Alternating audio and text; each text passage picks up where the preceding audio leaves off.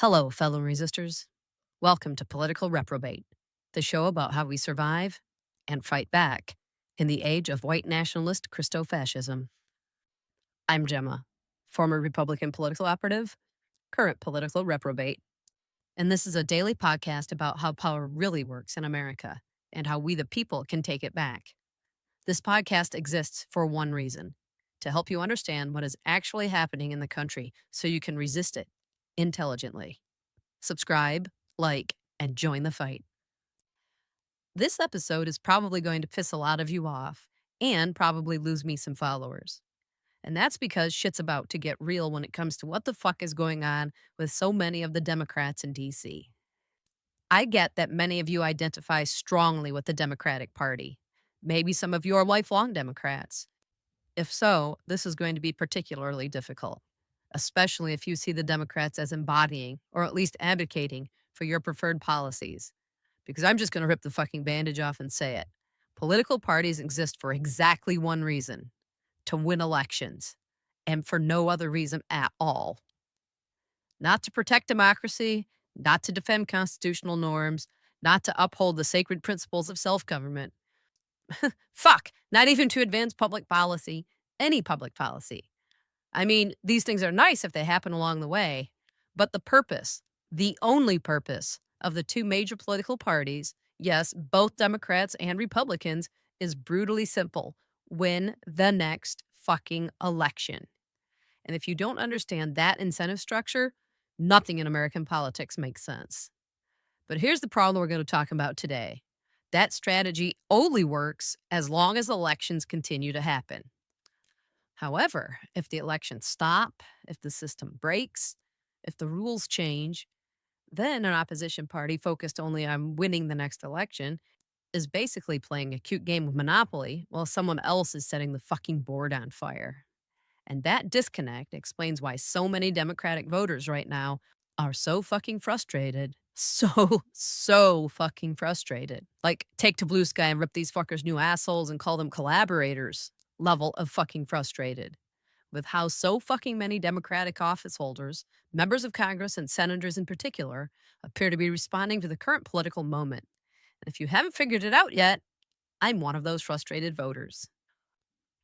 So, today we're going to talk about why political parties default to election first thinking, why that logic breaks down when democratic systems are in danger, and why a lot of Democratic voters feel like their elected officials are acting as if normal politics is still fucking happening, even when the warning lights are fucking flashing and the alarms are fucking blaring.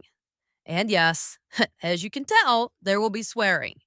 Because if you're watching the American political system in 2026 and you're not occasionally yelling, "What the actual fuck are you people doing?" you're probably not paying attention. When you work on campaigns and in government long enough, and again, this applies to both sides, something strange kind of happens to your brain. Every political or policy question starts sounding like this: how does this affect the next election? Everything gets filtered through that question. Policy proposals, messaging, public statements, committee hearing questions, legislation. It all becomes campaign calculus. Will this energize our base? Will it alienate swing voters? Will it show up in attack ads? Will donors like it?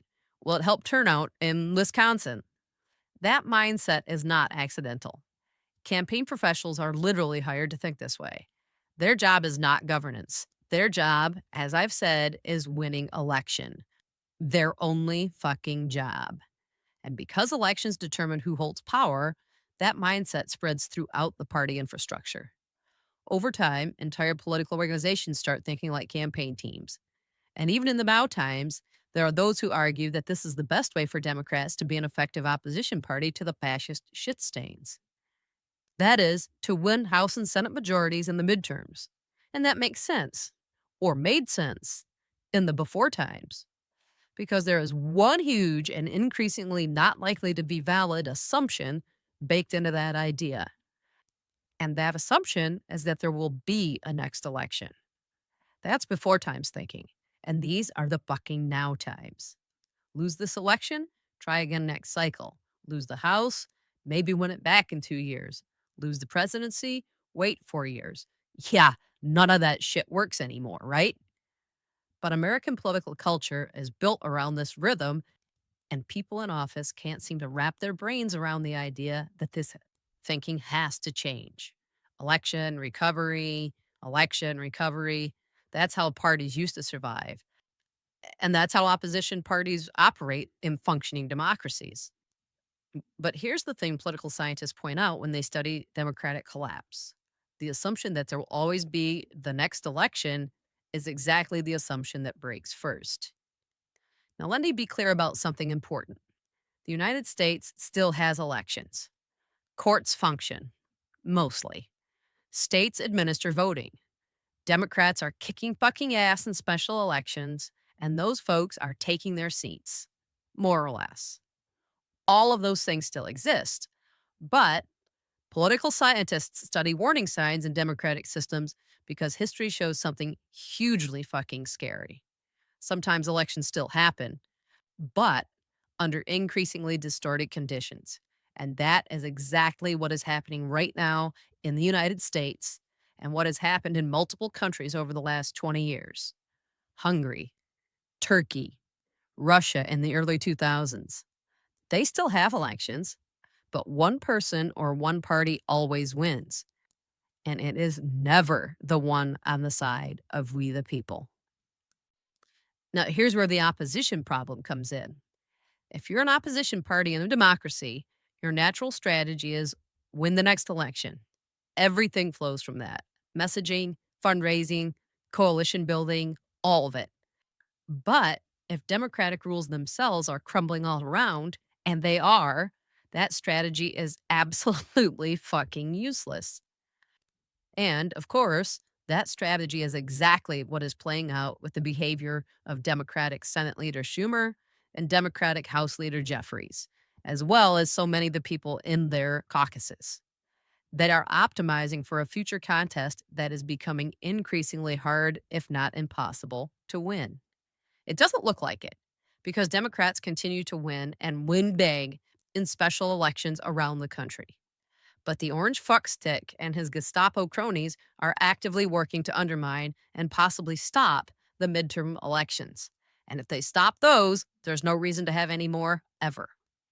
If this sounds crazy, it should, because it absolutely fucking is.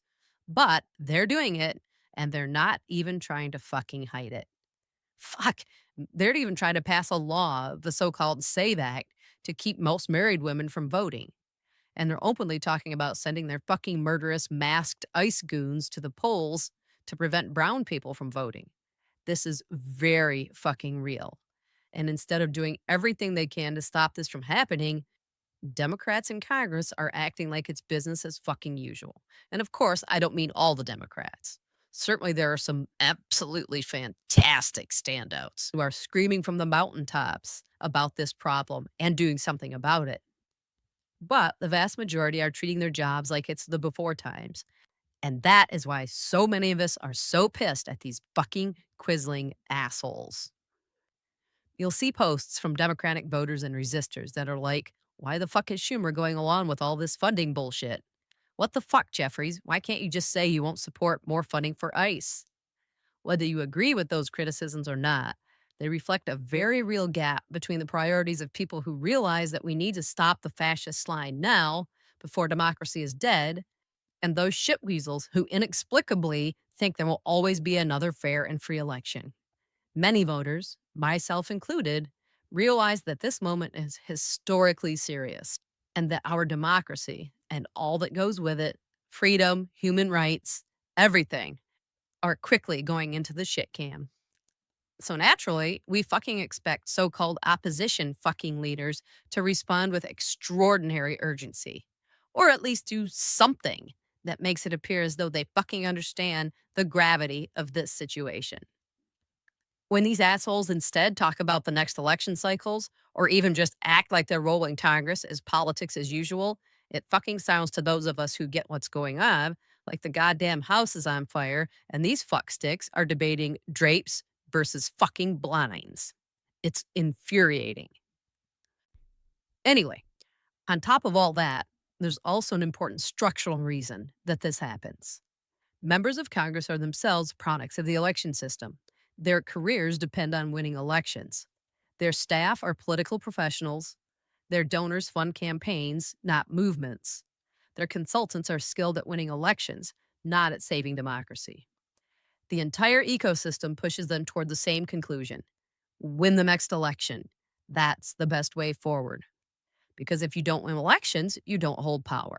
And if you don't hold power, you can't pass legislation or control government or hold the fascist shitweasels accountable.